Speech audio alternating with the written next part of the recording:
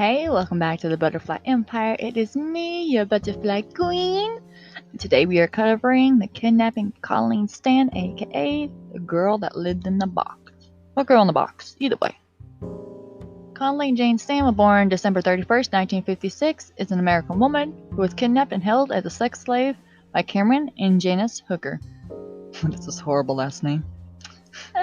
At Red Bluff, California home for over 7 years between 1977 and 1984. At Cameron Hook's trial, Stan's experience was described as unparalleled in the FBI history. Her case has received international publicity and has been subject of multiple books, films, and TV series. Let's move along to the kidnapping. 1997, Colleen Stan was hitchhiking from her home in Eugene, Oregon, to a friend's home in North California, where she was heading to a birthday party.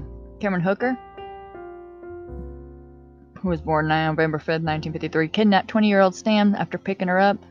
Stan stated that she was an experienced hitchhiker and had allowed 2 rides to go past before accepting the ride with Hooker. She reported, "Felt confident climbing into the blue van," because Hooker's wife, Janice, and their baby were in the car. When they stopped at a gas station along the way, Stan went to use the restroom. A voice told me to run, jump out the window, and never look back. She recalled, but she calmed her fears and went back to the car. According to Stan and Janice Hooker's testimonies, once they were alone in the isolated area, Hooker pulled off the highway and put a knife to Stan's throat. She was subsequently locked in a wooden head box that was designed to prevent light, sound, and fresh air from entering.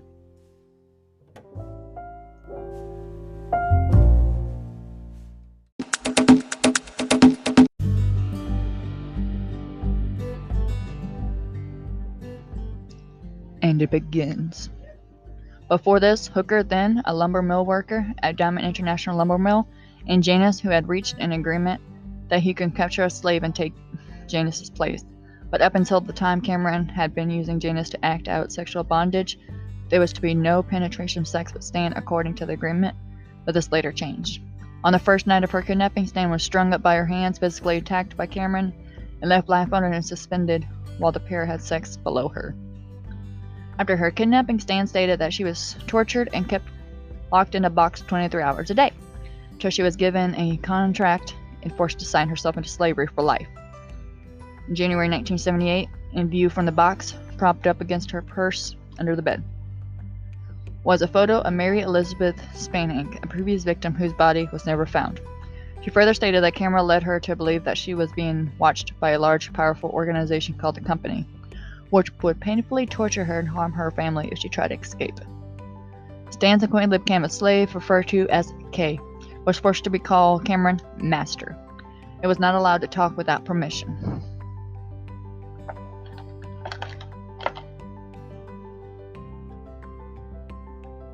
Cameron reported wanting Stan to be like the female character in 1954 French erotic novel Story of O, and soon started raping her, which consisted of oral rape. Cameron did not want to have vaginal sex with Stan because he considered that to be a breach in his agreement with his wife. Instead, he raped her vaginally and anally with implements. Following this, the Hooker family moved to a mobile home in Red Bluff with Stan, where she was kept locked in a wooden box under the couple's waterbed in 1978. Janice gave birth to a second child on the waterbed above Stan. Stan said that her faith in God and belief in a chance of escape helped her survive. Her greatest fear was the Company, which Cameron reinforced daily.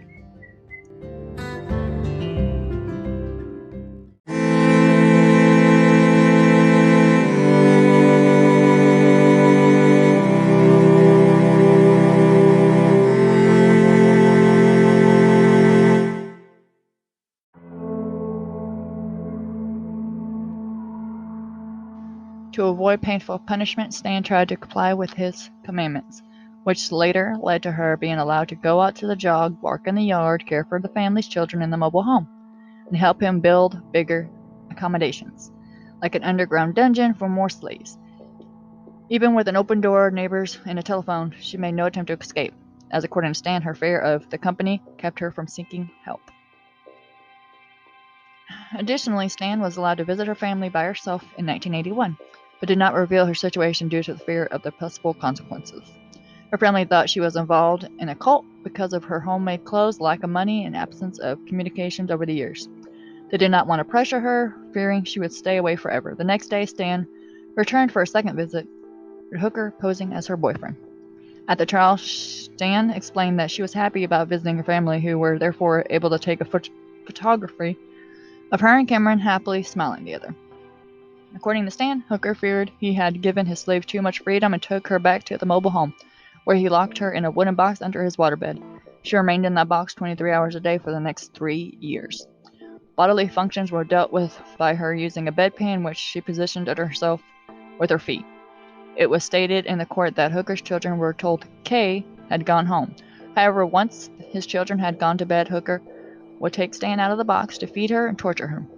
She was reportedly not allowed to make any noise and had to lie still 23 hours at the time in the dark, with little air to breathe.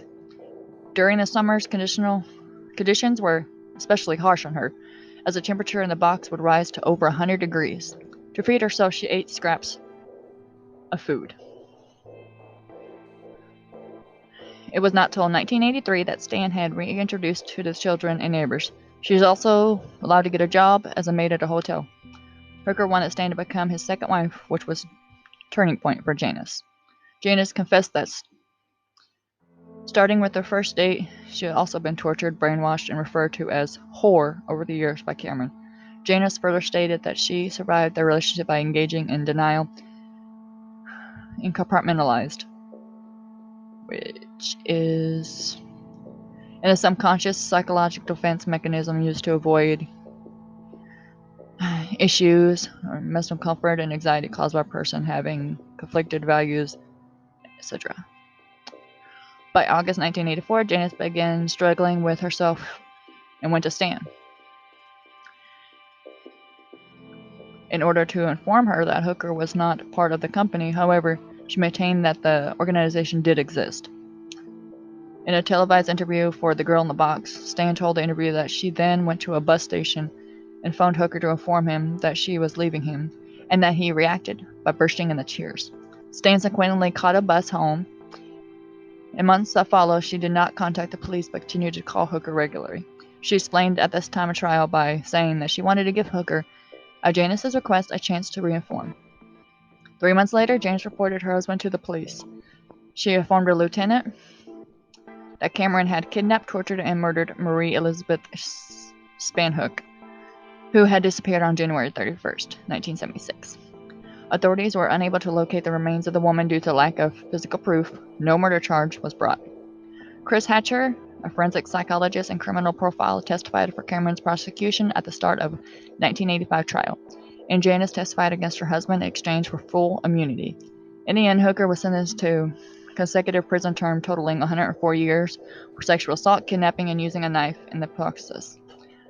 Originally ineligible for parole until 2023, he had his hearing date moved up 7 years to 2015 by California Elder Parole Program.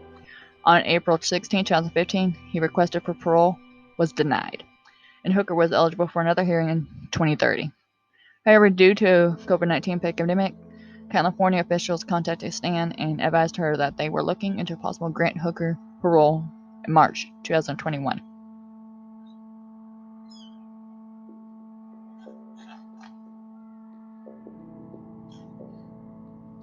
After the trial, Stan studied for an accounting degree, and as reported by Mara Botham, March 9, 2004, New York Daily News article, tried to move on to a normal life, but misery followed her. A string of failed marriages and a troubled child, now in jail. Stan also joined and volunteered for Reading Women's Refuge Center, an organization to help abused women. Janice reverted to her maiden name, Lashley, became a registered associate social worker, and has worked with a mental health professional. Stan has changed her last name. Both Janice and Stan continue to live in California. They do not communicate with each other.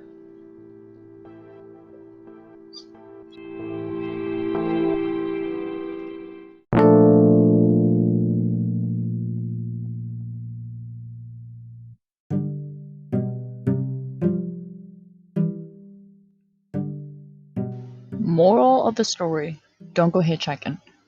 And even if they have a child and a baby, they can still hurt you. I mean, come on now.